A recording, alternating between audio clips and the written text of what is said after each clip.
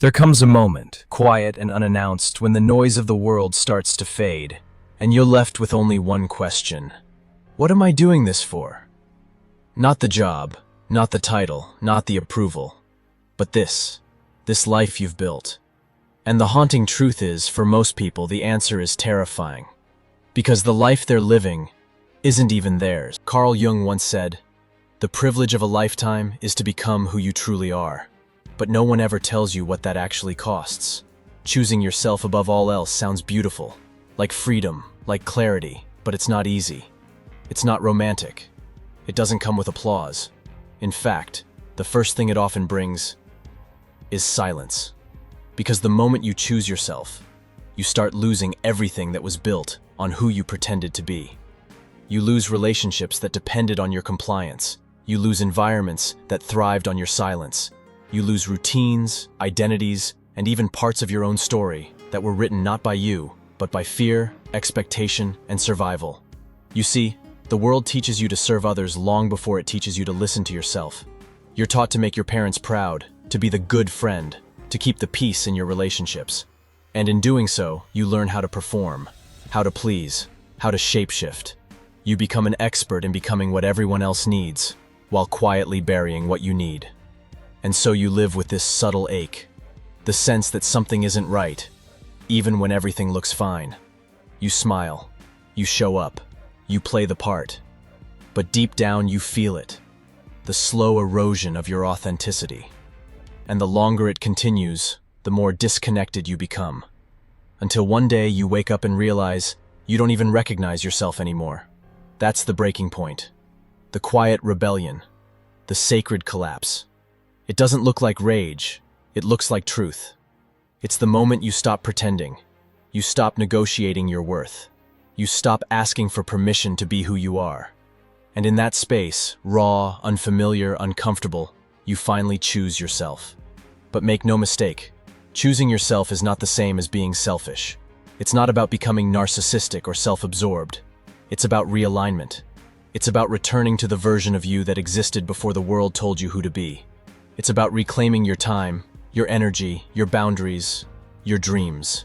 It's about saying, "I matter too." And when you say that with conviction, everything changes. The first change? Your relationships. People start showing you who they really are the moment you stop pleasing them. You'll notice who only loved the version of you that was easy, convenient, and quiet. You'll see who depended on your self-abandonment to feel powerful. And as painful as it is, you'll start losing people. But here's the secret. Those people were never truly with you. They were with the version of you that kept them comfortable. But the space they leave behind? That's sacred ground. It's where the real ones arrive.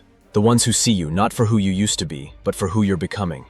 The ones who don't flinch at your boundaries, who don't need to control your voice, who don't resent your growth. You begin attracting people aligned with your truth, not your performance. And that is where connection becomes real. Then there's your environment, the places you used to tolerate. Workplaces that drained you, conversations that bored you, social circles that kept you small, suddenly feel unbearable. Not because they changed, but because you did. Your tolerance for the fake, the shallow, the performative evaporates. You start craving depth, solitude, substance. You begin to protect your energy like your life depends on it, because it does. And perhaps most importantly, your inner dialogue begins to shift. You stop apologizing for your desires. You stop negotiating your intuition. You stop making excuses for why you can't live the life that actually calls to you. The voice inside, the one that's been whispering for years, gets louder, stronger, clearer.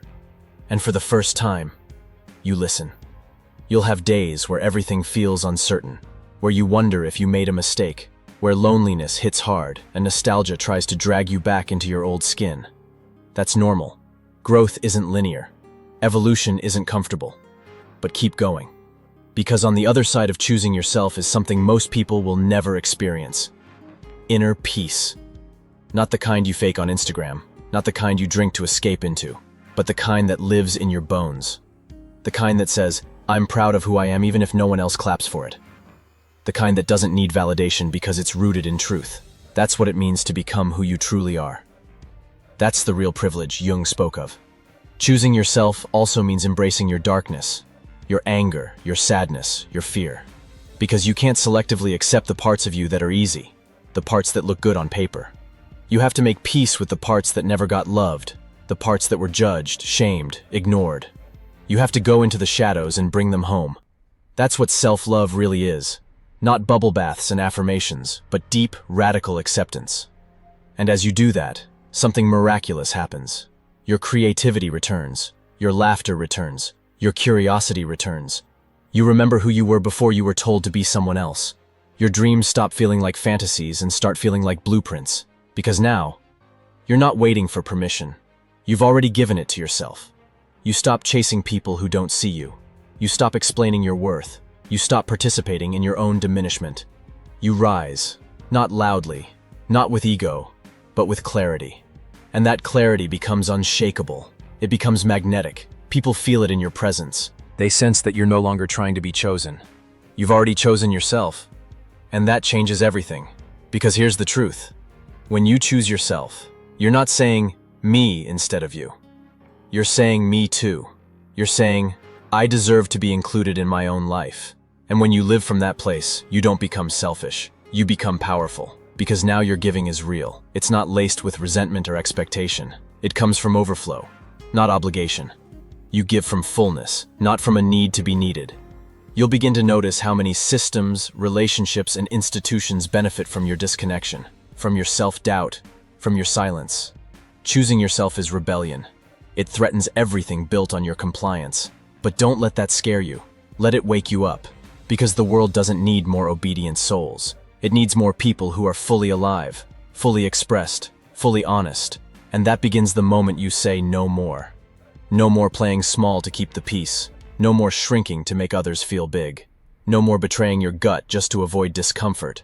You weren't born to be a reflection of what others need. You were born to be. And that being isn't passive. It's active.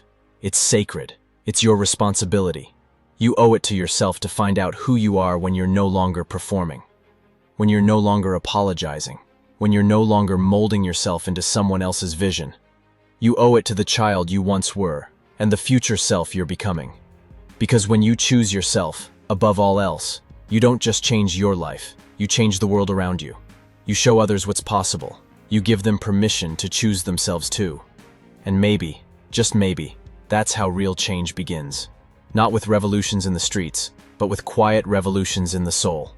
With individuals who stop settling, who stop lying, who stop running from their own reflection. And who finally stand up and say, I'm here, and I'm enough. So, if you're at that threshold, torn between the comfort of who you've been and the unknown of who you could become, choose yourself. Not once, not someday.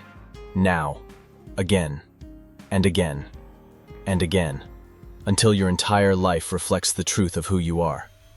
Because choosing yourself is not a single moment. It's a lifestyle, a practice, a revolution. And once you start, you'll never go back. If this message found something inside you, you've been hiding. Don't bury it again.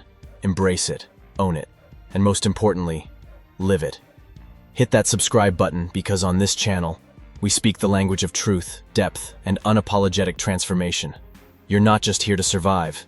You're here to become who you were always meant to be. Let's walk that path together.